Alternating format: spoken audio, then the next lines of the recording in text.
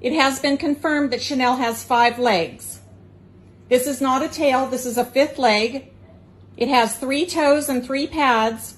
The confirmation was done by a physical exam by our veterinarian because this right here is bone. It's called the tarsus bone and it's the ankle bone in a dog. So Chanel does have 5 legs. Her tail is right here.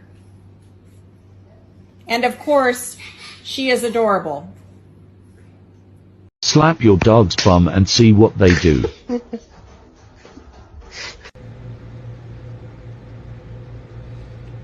Come here, knock! Give me your bum! Wide, and then knocked away by Anderson at the last second. Nylander back the other way. He's got Matthews with him. He's got the pass. Scores!